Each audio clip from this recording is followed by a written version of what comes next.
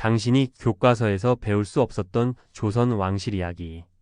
조선 왕의 하루 5번의 식사. 여러분, 지금 이 순간 밥 한 공기를 먹는데 몇 분이나 걸리십니까? 10분? 15분? 어쩌면 유튜브 보면서 대충 떠먹는 분도 계실 겁니다. 그런데 지금으로부터 약 600년 전 이 땅 위에 살았던 한 남자는 밥 한 끼를 먹기 위해 수십 명의 사람이 움직이고 독살 여부를 확인하는 의식이 치러졌으며 음식 하나하나에 국가 안보가 걸려 있었습니다. 그 남자가 바로 조선의 왕이었습니다. 오늘 저는 여러분께 조선 왕 조실록과 승정원 일기에 기록된 실제 왕의 하루 식사를 낱낱이 파헤쳐 드리겠습니다. 단순히 왕은 뭘 먹었나가 아닙니다. 왕의 밥상에는 정치가 있었고 의학이 있었고 심지어 목숨을 건 드라마가 있었습니다. 끝까지 보시면 아마 오늘 저녁 밥 한 술 뜰 때 생각이 달라지실 겁니다. 먼저 조선의 왕이 어떤 삶을 살았는지부터 잠깐 짚고 넘어가야 합니다. 우리는 흔히 왕을 최고 권력자로 생각합니다. 뭐든 마음대로 할 수 있는 자리. 하지만 조선의 왕은 사실 하루 24시간이 전부 스케줄로 짜여진 사람이었습니다. 새벽에 눈을 뜨는 순간부터 밤에 잠드는 순간까지 모든 행동이 예법과 제도 안에 묶여 있었습니다. 심지어 밥 먹는 방식조차도요. 그리고 바로 그 식사 체계가 오늘 우리가 살펴볼 핵심입니다. 첫 번째 식사. 새벽 5시 초조반. 조선의 왕은 보통 새벽 5시 전후에 기상했습니다. 지금 시대 기준으로는 말도 안 되는 이른 시간이지만 왕에게 새벽은 이미 업무가 시작되는 시간이었습니다. 경연, 즉 학문 토론이 준비되어 있었고 신하들의 보고가 줄줄이 대기 중이었습니다. 그런데 왕이 공복 상태로 국정을 논할 수는 없었습니다. 공복에 중요한 결정을 내렸다 판단이 흐려지면 그게 곧 나라의 문제가 되는 겁니다. 그래서 등장한 것이 바로 초조반 혹은 자리조반이라고 불리는 새벽 식사입니다. 초조반은 아주 간단했습니다. 죽이나 미음이 줄을 이뤘고 때에 따라 간단한 밥과 국이 올라오기도 했습니다. 속을 부드럽게 깨우는 음식들이었습니다. 여기서 중요한 점은 이 식사가 결코 대충 때우는 끼니가 아니었다는 것입니다. 초조 반조차도 수락한 상궁들이 정성스럽게 준비했고 위생과 독 여부를 확인하는 절차가 포함되어 있었습니다. 왕의 하루는 밥 한 그릇으로 시작됐습니다. 하지만 그 한 그릇 안에 이미 국가 시스템이 작동하고 있었습니다. 두 번째 식사. 오전 9시에서 10시 아침 수라. 자, 이제 진짜 클라이맥스입니다.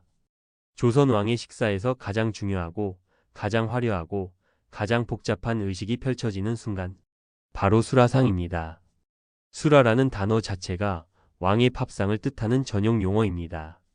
일반 백성은 팝상이지만 왕은 수라상입니다. 그리고 이 수라상이 차려지는 과정은 단순한 음식 준비가 아니라 하나의 국가 의례였습니다. 아침 수라는 오전 9시에서 10시 사이에 제공되었습니다. 초조반으로 속을 깨운 뒤 본격적인 경영과 업무를 마치고 나서 먹는 정식 식사였습니다. 그 구성을 보면 입이 벌어집니다. 밥만 해도 두 종류가 올라왔습니다. 흰밥과 잡곡밥, 두 가지 밥이 동시에 상에 오르는 겁니다. 국도 두 종류였습니다. 거기에 찌개천, 나물 여러 가지, 김치 각종 장류, 생선 요리, 고기 요리, 그리고 후식까지. 이것이 기본 12첩 반상입니다. 12첩이라는 숫자를 잠깐 생각해 보십시오. 반찬이 12가지입니다. 지금 우리가 삼겹살집에서 반찬 4-5개 나오면 와, 많다고 하는데 왕의 기본 식사는 12가지 반찬에 밥 2가지, 국 2가지였습니다. 어떤 날은 이보다 더 많은 음식이 올라오기도 했습니다. 그런데 이 화려한 수라상에는 반드시 거쳐야 하는 의식이 하나 있었습니다.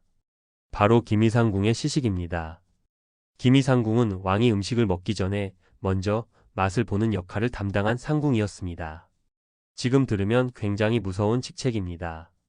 독이 들어있는 음식을 내가 먼저 먹어야 하니까요. 실제로 기미상궁들은 이 역할 때문에 극도의 긴장 속에서 살았습니다. 독 여부를 확인하는 일이었기 때문입니다. 왜 이런 시스템이 필요했을까요? 조선 역사를 보면 왕에 대한 독살 시도가 실제로 여러 차례 기록되어 있습니다. 음식은 왕에게 가장 쉽게 접근할 수 있는 통로였습니다. 그래서 수락 안에서 음식이 만들어지는 순간부터 운반되는 과정, 상에 올라오는 순간, 그리고 왕이 입에 넣기 직전까지 여러 단계의 검증이 이루어졌습니다. 조선 왕의 밥 한 끼는 말 그대로 생사가 걸린 의식이었습니다. 세 번째 식사. 오후 3시에서 5시 낮수라. 하루의 업무가 한창 진행되는 오후, 왕은 다시 한번 정식 식사를 했습니다. 이것이 낮수라입니다. 낮수라는 아침 수라보다는 조금 가볍게 구성되었습니다. 하지만 가볍다는 것은 어디까지나 왕실 기준에서의 이야기입니다. 밥과 국은 기본이었고 생선 요리, 다양한 나물, 장류, 김치가 함께 차려졌습니다. 일반 백성의 가장 풍성한 식사와 비교해도 훨씬 화려했습니다. 여기서 흥미로운 사실이 하나 있습니다. 조선 왕의 식단을 보면 발효 음식과 채소가 항상 빠지지 않았다는 점입니다. 김치, 된장, 간장 같은 발효 식품들이 모든 식사에 포함되어 있었습니다. 지금 현대 영양학에서 발효 식품의 장내 미생물 건강 효과를 강조하는데 조선 왕실은 수백 년 전부터 이미 이것을 식단의 기본으로 삼고 있었습니다. 또한 왕실 식단에는 내의원, 즉 왕실 의료기관이 관여했습니다. 왕의 건강 상태에 따라 특정 음식이 추가되거나 빠지기도 했습니다. 만약 왕이 소화가 좋지 않은 날이면 자극적인 음식 대신 소화를 돕는 음식이 올라왔고 몸에 열이 많은 시기에는 열을 식혀주는 식재료가 사용되었습니다. 왕의 식사는 의학적 처방과 결합된 건강관리 시스템이기도 했습니다.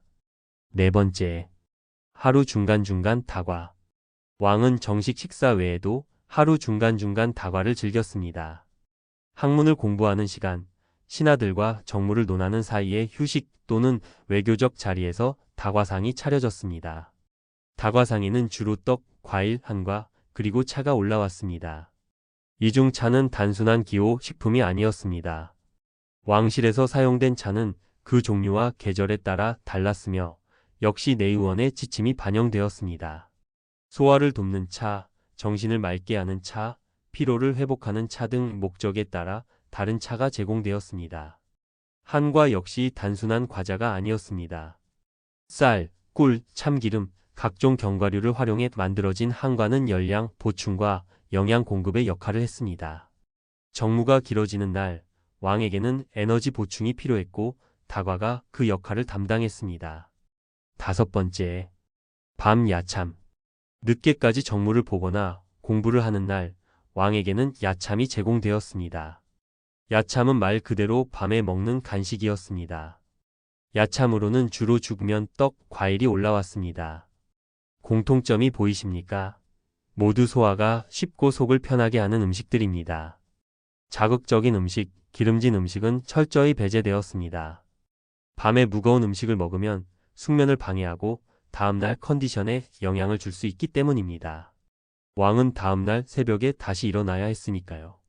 이 야참 문화에서도 왕의 건강이 얼마나 체계적으로 관리되었는지가 드러납니다. 현대의학에서 말하는 취침 전 음식 관리와 놀랍도록 일치하는 부분이 있습니다. 이제 전체를 정리해 보겠습니다. 조선 왕의 하루 식사는 이렇게 구성되었습니다. 새벽 5시에 초조반, 오전 9시에서 10시에 아침 수라, 오후 3시에서 5시에 낮수라, 그 사이사이에 다과, 그리고 필요에 따라 야참까지. 실질적으로 하루 3번의 정식 식사에 한두 번의 간식이 더해지는 구조였습니다. 그런데 여기서 정말 놀라운 사실이 하나 있습니다. 조선왕은 아무리 음식이 많이 차려져도 각 음식을 3숟가락 이상 먹지 않는 것이 예법이었습니다. 3숟가락이요. 12첩 수라상에 올라온 수십 가지 음식을 왕은 각각 3숟가락 이상 먹지 않았습니다. 왜 이런 규칙이 있었을까요? 이유가 두 가지였습니다. 첫 번째는 건강입니다. 한 가지 음식을 과도하게 먹으면 특정 영양소 편중이 생기고 소화기관에 부담이 갑니다.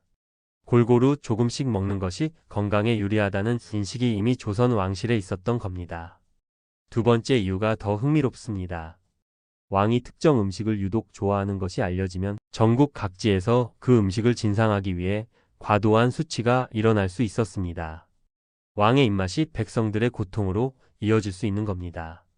그래서 왕은 어떤 음식을 좋아하는지 겉으로 드러내지 않는 것이 미덕이었습니다. 왕은 먹고 싶은 것도 마음껏 먹지 못했습니다. 이것이 조선 왕실의 식사 예법이었습니다. 여기까지 들으시면 이런 생각이 드실 수 있습니다. 왕이 되면 정말 맛있는 것 다 먹을 수 있겠다는 로망이 있었는데 실상은 그렇지 않았다는 것을요. 수십 가지 음식이 차려지지만 각각 세 숟가락. 먹고 싶은 음식이 생겨도 좋아하는 티를 낼 수 없음. 밥 먹기 전에 누군가 독이 있는지 먼저 먹어야 하는 시스템. 어떻게 보면 조선의 왕은 세상에서 가장 불편하게 밥을 먹은 사람이기도 합니다. 하지만 동시에 이 시스템은 매우 정교했습니다. 건강관리, 독살 방지, 국가예법, 백성에 대한 고려까지. 밥 한 끼 안에 이 모든 것이 담겨 있었습니다. 조선이라는 나라가 단순한 군주제가 아니라 매우 촘촘하게 설계된 관료 국가였다는 사실이 왕의 식사 하나에서도 드러납니다. 조선 왕은 목욕을 얼마나 했을까? 여러분 잠깐 상상해 보십시오. 지금 이 순간 샤워를 일주일 동안 못한다고 생각해 보십시오. 아마 대부분의 분들은 며칠만 지나도 몸이 찝찝하고 불편해서 못 견딜 것입니다.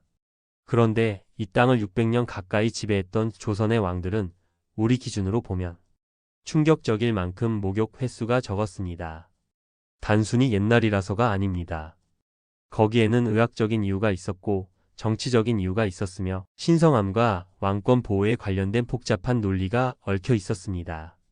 오늘 저는 조선 왕조실록과 승정원 일기에 기록된 실제 내용을 바탕으로 조선 왕이 왜 목욕을 자주 할 수 없었는지 그럼에도 어떻게 위생을 유지했는지를 낱낱이 파헤쳐 드리겠습니다.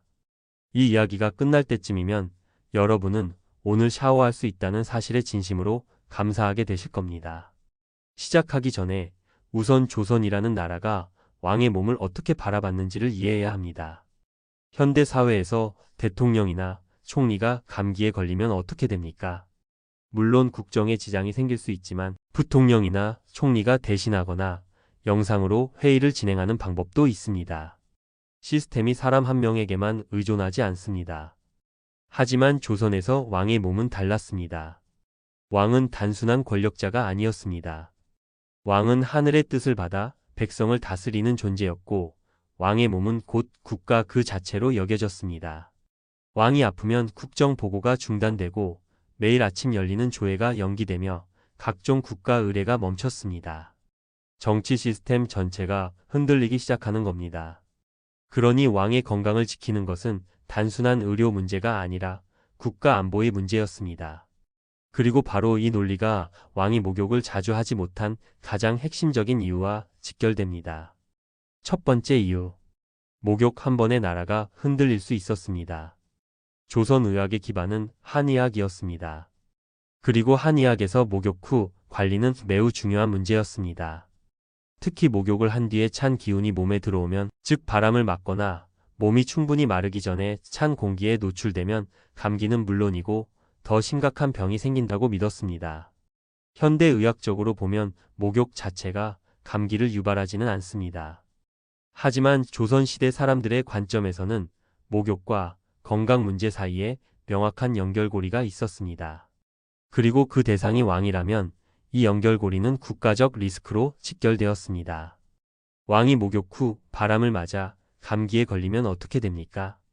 경연이 취소됩니다. 신하들의 업무 보고가 밀립니다. 중요한 외교 의뢰가 연기됩니다. 지방에서 올라온 관리들이 보고를 올리지 못하고 발을 동동 굴러야 합니다. 더 심각하게는 왕이 아프다는 소문이 퍼지면 정치적 불안이 생기고 권력을 노리는 세력들이 움직이기 시작할 수도 있었습니다. 왕의 감기 한 번이 국가를 흔드는 도미노가 될 수 있었습니다. 그래서 왕실은 가능한 한 왕의 몸을 따뜻하게 유지하고 목욕처럼 몸을 일시적으로 냉기에 노출시킬 수 있는 행위를 제한하는 쪽을 선택했습니다. 두 번째 이유. 왕의 몸은 함부로 드러낼 수 없었습니다. 조선에서 왕의 몸은 신성한 것으로 여겨졌습니다. 왕의 신체를 가까이서 볼 수 있는 사람은 극히 제한되어 있었습니다. 내시, 일부 상궁, 그리고 왕실 어의 정도가 왕의 몸에 접근할 수 있는 사람들이었습니다. 이 점을 생각하면 목욕이 얼마나 복잡한 문제였는지가 보입니다. 목욕은 필연적으로 몸 전체가 드러나는 행위입니다. 그리고 물을 준비하고 목욕을 돕고 몸을 닦아주는 과정에서 왕의 신체에 접근해야 하는 사람이 필요합니다. 이 과정에서 왕의 몸이 더 많은 사람에게 노출될 수 있었습니다. 물론 완전히 불가능한 것은 아니었습니다. 하지만 매번 목욕을 할 때마다 철저한 준비와 인원 통제가 필요했고 이것이 목욕의 빈도를 자연스럽게 낮추는 요인이 되었습니다. 왕의 몸은 보호되어야 했고 그 보호의 개념에는 신체적 안전뿐만 아니라 신성함의 유지도 포함되어 있었습니다. 세 번째 이유. 목욕 자체가 거대한 행사였습니다. 현대인이 샤워를 하는데 걸리는 시간은 평균 10분에서 20분 정도입니다. 버튼 하나로 따뜻한 물이 나오고 욕실은 항상 준비되어 있으며 목욕 후에도 따뜻한 공간에서 바로 옷을 입으면 됩니다. 조선시대의 왕이 목욕을 하려면 어떤 과정이 필요했는지 한번 따라가 보겠습니다. 우선 큰 욕통을 준비해야 했습니다. 왕 한 명이 들어갈 수 있는 크기의 욕통입니다. 거기에 물을 채워야 했는데 이 물은 장작불로 끓여서 적절한 온도로 맞춰야 했습니다. 물의 온도가 너무 뜨거워도 안 되고 너무 미지근해도 왕의 몸에 냉기가 들어올 위험이 있었습니다. 그리고 목욕하는 공간 자체의 온도도 유지해야 했습니다. 특히 겨울에는 방 안에 충분한 열이 공급되지 않으면 목욕 후 냉기 노출이 불가피했습니다. 목욕이 끝난 뒤에도 왕의 몸을 빠르게 따뜻하게 하고 젖은 부분을 철저히 말려야 했으며 즉시 따뜻한 옷을 입혀야 했습니다. 이 모든 과정이 제대로 이루어지려면 상당한 준비 시간과 인력, 그리고 자원이 필요했습니다. 여름이라면 조금 수월하겠지만 조선의 겨울은 매우 혹독했습니다. 한강이 얼고 궁궐 안에서도 냉기가 스며드는 계절의 목욕은 말 그대로 하나의 큰 행사였습니다. 그래서 왕은 매일 전신 목욕 대신 다른 방법으로 위생을 관리했습니다. 매일 세수를 했고 손을 씻었으며 발도 씻었습니다. 또한 따뜻한 물로 적신 수건으로 몸을 닦는 방식도 사용했습니다. 전신 목욕의 대안으로서의 부분 위생 관리였습니다. 네 번째, 왕이 실제로 사용했던 향탕. 그렇다면 왕은 완전히 씻지 않았느냐고요? 그렇지는 않습니다. 왕실에는 향탕이라는 독특한 세정 방법이 있었습니다. 향탕은 말 그대로 향기로운 물입니다. 쑥, 약초, 향료 등을 넣고 끓인 따뜻한 물로 얼굴, 손, 그리고 몸의 일부를 닦아내는 방식입니다. 지금으로 말하면 약재 스킨케어와 부분 목욕을 합친 개념입니다. 향탕은 단순히 청결을 유지하는 것을 넘어 피부 건강과 몸의 활력을 높이는 의학적 목적도 있었습니다. 여기서 쓰인 약재들을 보면 흥미롭습니다. 쑥은 한의학에서 오래전부터 항균 효과와 혈액순환 개선 효과로 알려진 식물입니다. 각종 약초들도 피부 상태와 몸의 기운을 조절하는 데 사용되었습니다. 향탕은 현대 아로마 테라피와 약초욕의 원형이라고 볼 수 있습니다. 왕은 향탕을 통해 완전한 목욕은 아니지만 청결함과 상쾌함을 유지했습니다. 이것이 왕실이 선택한 현실적인 타협안이었습니다. 다섯 번째, 기록에 남은 왕들의 목욕 이야기. 흥미롭게도 조선 왕 조실록에는 왕의 목욕이 언급되는 장면들이 가끔 등장합니다. 그런데 그 맥락이 의미심장합니다. 세종대왕의 경우 건강 문제로 온천에서 목욕을 권유받았다는 기록이 있습니다. 세종은 재위 중 극도의 과로와 스트레스로 여러 질환을 앓았는데 어이들이 치료 방법의 하나로 온천 목욕을 처방한 것입니다. 즉 세종의 목욕은 여가나 위생이 아닌 치료 행위였습니다. 정조 역시 건강관리 차원에서 온수 목욕을 했다는 기록이 있습니다. 정조는 조선 후기의 대표적인 개혁 군주로 극도로 바쁜 일정을 소화했는데 피로 누적과 건강 문제가 자주 거론되었습니다. 그가 온수 목욕을 했다는 기록 역시 치료적 맥락에서 등장합니다. 여기서 중요한 패턴이 보입니다. 조선 왕의 목욕 기록은 대부분 일상적 위생이 아니라 의료적 처방으로 등장한다는 것입니다. 목욕이 특별한 사건으로 기록될 만큼 일상적이지 않았다는 뜻이기도 합니다. 그렇다면 왕의 위생은 어떻게 유지됐을까요? 전신 목욕을 자주 하지 못했다고 해서 왕이 청결하지 않았다고 볼 수는 없습니다. 왕실에는 나름의 정교한 위생관리 시스템이 있었습니다. 매일 아침 세수는 기본이었습니다. 손을 씻는 것도 여러 차례 이루어졌습니다. 식사 전후, 의례 전, 각종 업무 사이사이마다 손 씻기가 반복되었습니다. 발도 주기적으로 씻었습니다. 향탕으로 몸의 주요 부위를 닦았고 머리를 빗고 정돈하는 것도 매일 이루어졌습니다. 향을 사용해 채취를 관리하기도 했습니다. 그런데 여기서 정말 흥미로운 사실이 하나 더 있습니다. 왕의 옷은 하루에도 여러 번 바뀌었습니다. 아침에 일어나서 입는 옷, 신하들을 만나는 조회용 옷, 각종 국가 의례용 옷, 저녁에 평상복까지. 하루 안에 옷이 몇 번씩 교체되었습니다. 이것이 단순한 격식의 문제처럼 보이지만 위생 측면에서도 매우 중요했습니다. 새 옷으로 갈아입는 것은 땀과 먼지가 밴 옷에서 벗어나 청결함을 유지하는 효과적인 방법이었습니다.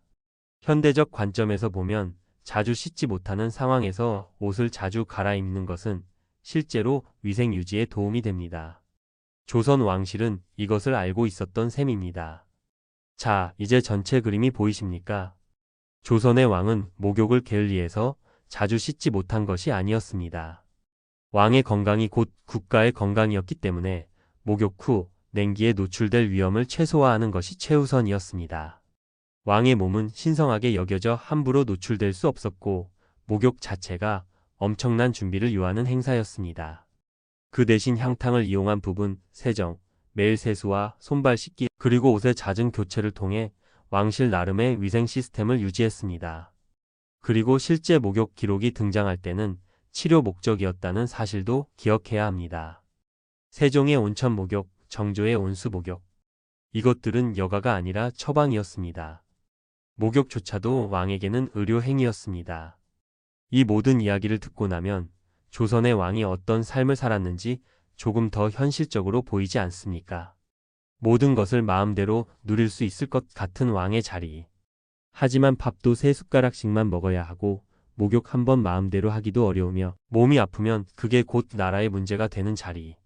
어떤 의미에서 왕은 자신의 몸이 자신의 것이 아닌 사람이었습니다.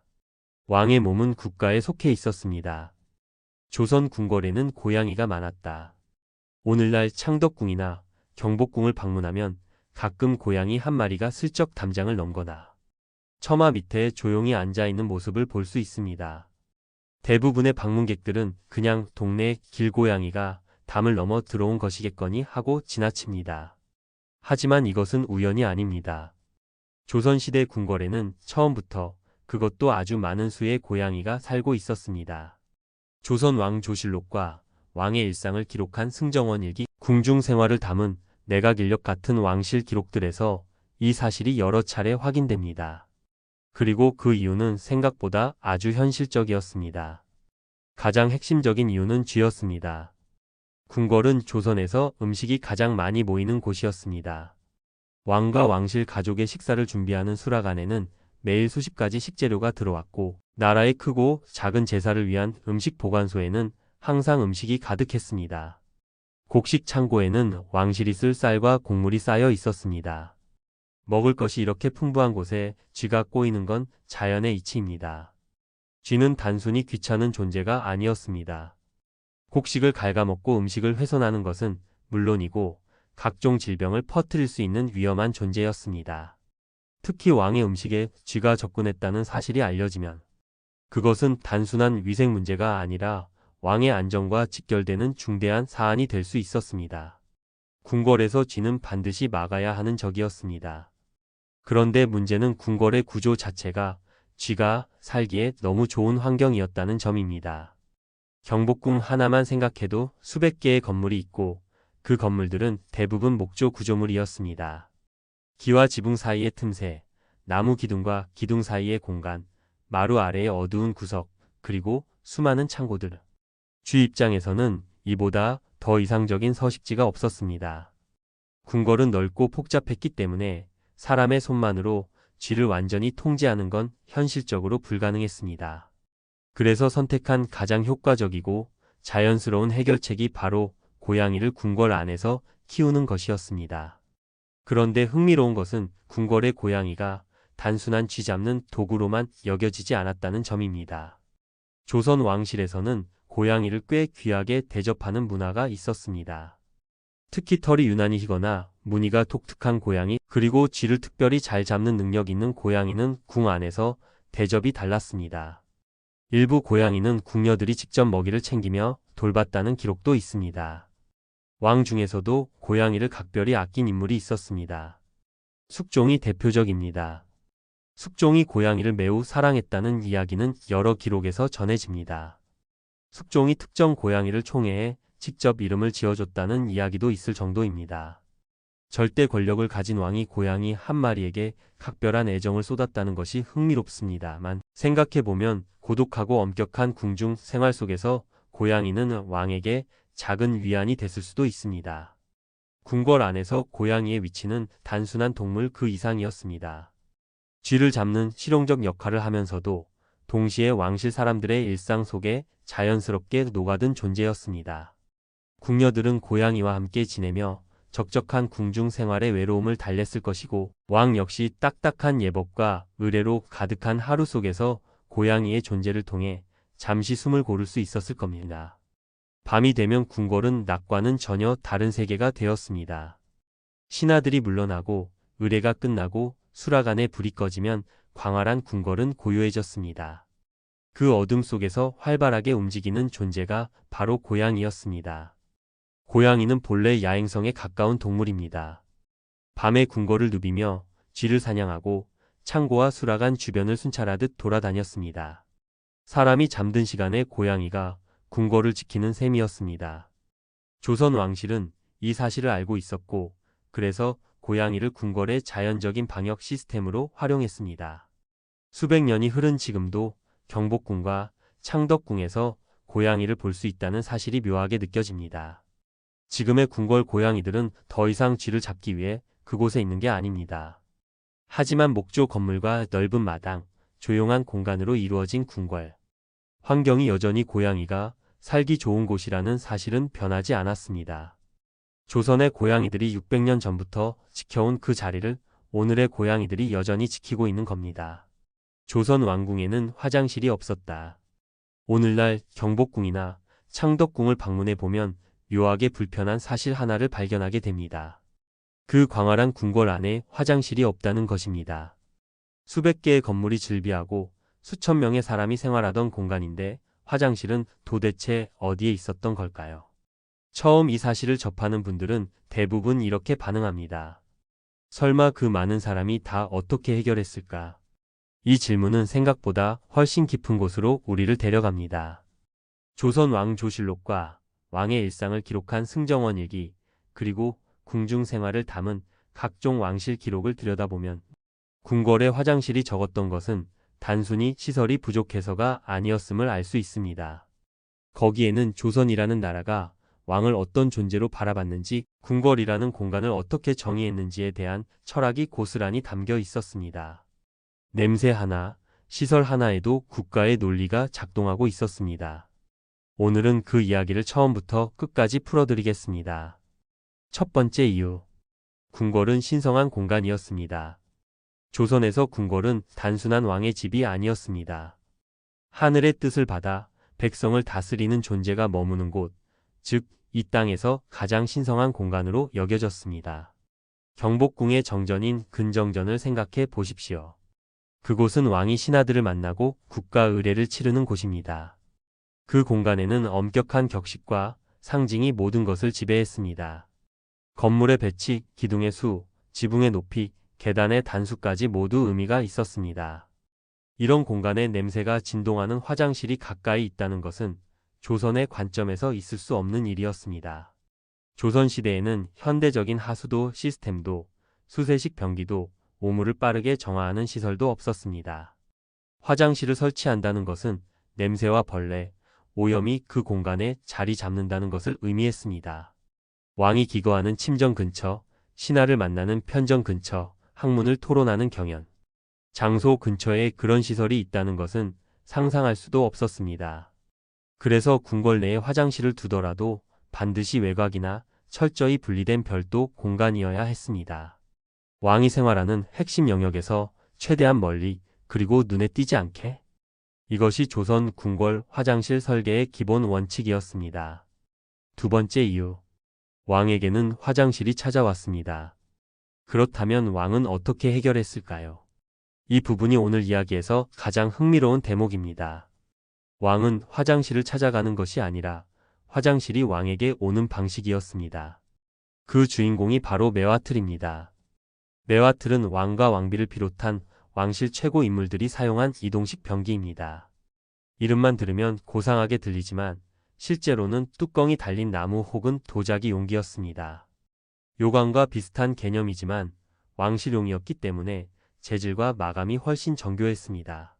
왕이 필요한 순간이 오면 내시가 즉시 메와트를 준비해 방 안으로 들여왔습니다.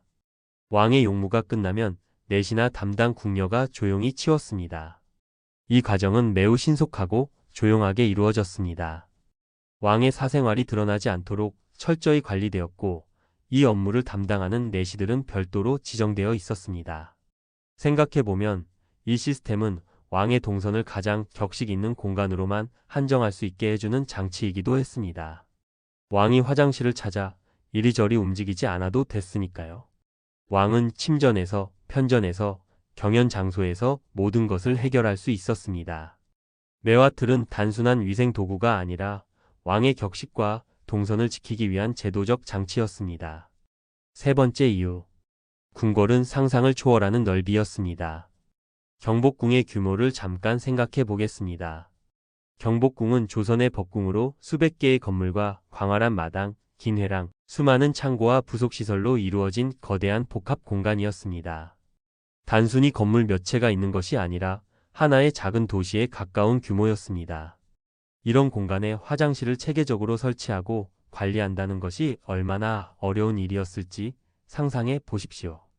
현대처럼 수도관이 연결되어 있는 것도 아니고 오물을 처리하는 시스템이 갖춰진 것도 아닌 상황에서 수백 개의 건물 곳곳에 화장실을 두었다면 오히려 더 큰 위생 문제가 생겼을 겁니다. 관리되지 않는 화장실은 없는 것보다 더 위험했습니다. 그래서 궁궐은 외곽에 제한적으로 설치된 화장실, 이동식 변기인 메와틀과 요강, 그리고 오물을 신속하게 처리하는 별도 공간의 조합으로 운영되었습니다. 규모의 문제를 현실적으로 해결하기 위한 시스템이었습니다. 네 번째 이유. 수천 명의 사람이 살았지만 공간은 철저히 분리되어 있었습니다. 궁궐에는 왕 혼자 사는 것이 아니었습니다. 왕과 왕비, 후궁, 왕자, 공주를 비롯해 수백 명에서 많게는 수천 명의 궁녀와 내시, 각종 관리와 경비 인원이 함께 생활했습니다. 이 많은 사람이 모두 화장실 문제를 해결해야 했습니다. 그런데 조선 궁궐의 구조는 겉에서 보면 하나의 거대한 공간처럼 보이지만 실제로는 철저하게 영역이 나뉘어 있었습니다. 왕이 생활하는 공간과 신하들이 업무를 보는 공간, 궁녀와 내시가 생활하는 공간, 각종 부속시설이 있는 공간이 모두 엄격하게 구분되어 있었습니다. 화장실도 마찬가지였습니다. 궁녀와 내시들은 자신들의 생활구역에 마련된 별도의 화장실을 사용했습니다. 이것은 단순히 공간을 나눠 쓰는 문제가 아니었습니다. 신분과 역할에 따라 사용하는 공간이 달랐고 화장실 역시 그 위계 안에서 배치되었습니다. 왕의 공간에 하급 인원이 드나들 수 없었듯 왕실의 화장실 시스템도 엄격한 위계 구조 안에서 운영되었습니다. 다섯 번째, 왕의 배설물을 의관이 살펴봤습니다. 이제 가장 놀라운 이야기를 할 차례입니다. 왕의 배설물은 단순히 처리되고 끝나지 않았습니다. 왕실 의관이 그 상태를 직접 살펴보았습니다. 이것은 현대인의 눈으로 보면 매우 낯설게 느껴지지만 의학적으로는 사실 매우 합리적인 관행입니다.